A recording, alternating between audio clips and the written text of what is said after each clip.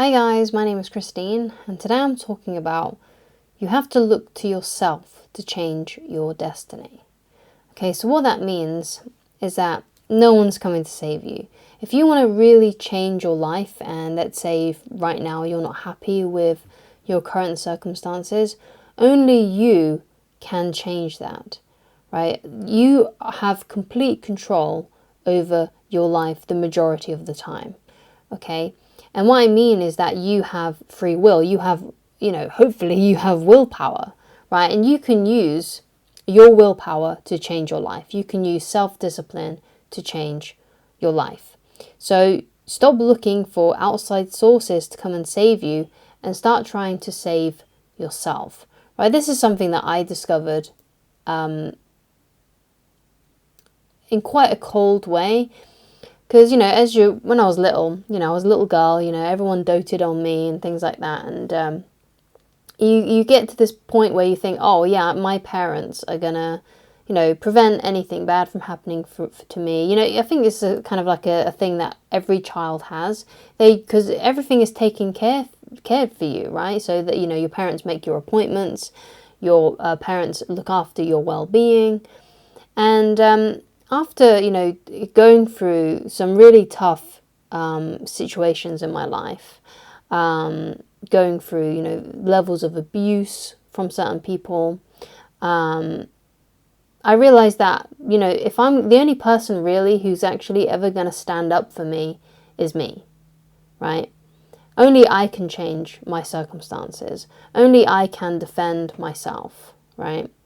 Because we live in a selfish world, right? We are very involved in our own lives, right? And sometimes we get to this point where, especially when we're really young and we're teenagers, we think the whole world in a way revolves around us. And we think everybody's thinking about us, right? And that's why opinions when you're a teenager, other people's opinions of you matter so much, because you just think that everyone's thinking about you constantly and everyone's judging you constantly. But the thing is that everyone is actually thinking about their own lives, right? And it's actually a very freeing thing, because it then stops you from caring so much about what other people think of you. If you realize that everyone else is really actually busy thinking about their own problems, it frees you up a lot. But also, because people are very self-interested, and we're all very self-interested, we therefore have to actually, save ourselves, right? And stop hoping that we're going to get some handout from the government or from other people, and other people are going to come in and rescue you. You have to rescue yourself. No one's going to come and pick you up and dust you off and, give you everything that you need. You need to go and get it yourself. Your destiny is 100% in your hands. Now, sure, yeah, life can happen to you. Things can happen to you. Tragedies can happen to you, like loss of a loved one, or perhaps you lose money in some way. You get involved in some fraud or whatever, and someone takes money from you. Sometimes people and circumstances can come into your life and chip away at you and take things from you, right? That can happen. But it's what you do afterwards that really makes the difference. You can get knocked back hundreds and thousands of times, which, it feels like for me in certain areas, I feel like I've had that, where I've been knocked back loads and loads of times. I just look around and I feel like everyone has it easier than me. I had that feeling for a very long time. And you can get knocked back thousands and hundreds and, hundreds of thousands of times maybe. But it's what you do, right? It's about you keep on pushing forward, you keep on moving ahead. And even if life happens to you, and tragedies happen to you, you have to keep on going, because no one's going to save you. Sitting around in a pity party is not going to solve things. You have to take charge of your destiny and say to yourself, no matter what happens to me, I'm still going to achieve what I want to achieve. I'm still going to do what I want to do. And I don't care if it seems like everyone gets everything easier than what I do. I don't care. If that's the way it is, then so be it. Because if I can get through all this stuff at a deficit, and it seems like it's easier for everybody else, that just proves how strong I am, because I have it less easier than everyone else, and I can get it. I've got it for myself, and therefore I'm now stronger because everyone got these other things easier and I didn't. But obviously you need to be very careful about that kind of thought, because a lot of the time people aren't getting things easier than what you are. Sometimes it can just seem that way. But it's a good tool to use. Like, it's a good thought to have, to feel like everyone has it easier than me. That means my life is on hard mode. I'm having it more difficult than everyone else. But if I get through this and I'm having a more difficult time than anyone else, then just imagine how strong that's going to make me. And it's going to make the victory even more sweeter. Okay? So one of the reasons why you might not be achieving all that you want, or you might not be tackling all the goals that you want, is because perhaps you don't want it enough, right? Because this is why sometimes people procrastinate. They want to achieve their goals, but and they have goals for themselves, but because they have quite a comfortable life, they don't tackle them, because it's so easy to procrastinate if your life's sort of okay.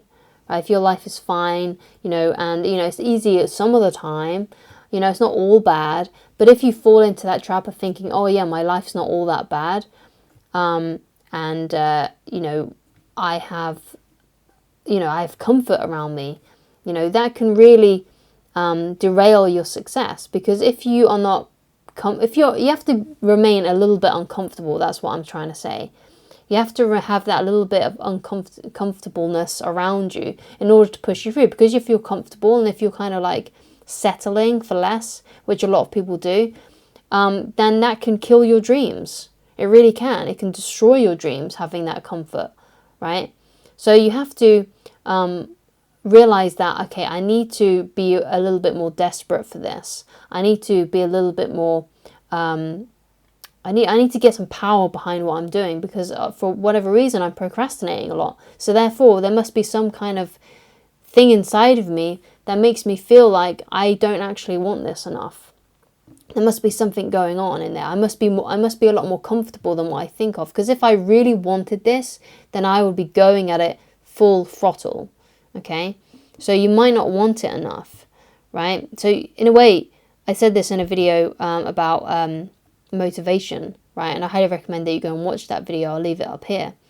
That, you have to be starving. Like, if you really want something, like you really want to achieve a goal, you have to get to a point where you're starving for it. Because if you're starving for something, let's say you were actually starving, a handful of grass would feel, would be filling for you, would be appetizing for you, right? If you're that hungry. So you have to become that hungry for your goals, because if you're not, yeah, you are going to procrastinate. You're not going to work as hard on them. So you need to really understand why you want something and have a really strong, powerful why. Because if you don't have a strong, powerful why as to why you want something, then you are going to procrastinate. And if you're kind of happy with your life, then you're also going to procrastinate. You need to make your life a lot more uncomfortable, basically. And you need to become desperate for what you want. Okay? One of my favorite quotes is, inaction breeds doubt and fear. Action breeds confidence and courage. If you want to conquer fear, do not sit at home and think about it. Go out and get busy. And what this means is that if you want to start feeling better about yourself, if you want to develop more self-esteem, take action on your goals. And because when you feel like you're making progress on your goals, you feel really good about yourself. Whereas if you don't feel like you're making any progress, where you're just procrastinating and you're being lazy, you don't tend to feel very good about yourself. Even if it feels good to put things off in the moment, in the long run, you tend to feel worse and worse and worse about yourself. And it's a slippery slope. Okay? So one of the things that I talk about all the time that can really help is, especially if you've had problems with being consistent in the past, is by just doing something for 15 minutes. So let's say you have an exercise goal, right? Let's say you want to work out and exercise more consistently. Well, if you haven't been able to do that in the past, it might be because you have too much of a grand goal and you're overwhelming yourself. So if you feel like you've been overwhelmed by your own goals, basically, you need to scale them back. You need to dial them down, right?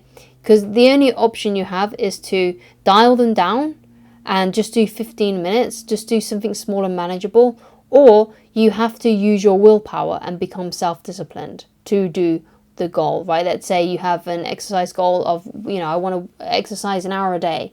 If you haven't been consistent with that in the past, then you just scale it back and do something more manageable until you become consistent. or you need to use your self-discipline and your sheer will to get yourself to do that. Okay, so you've got two options there.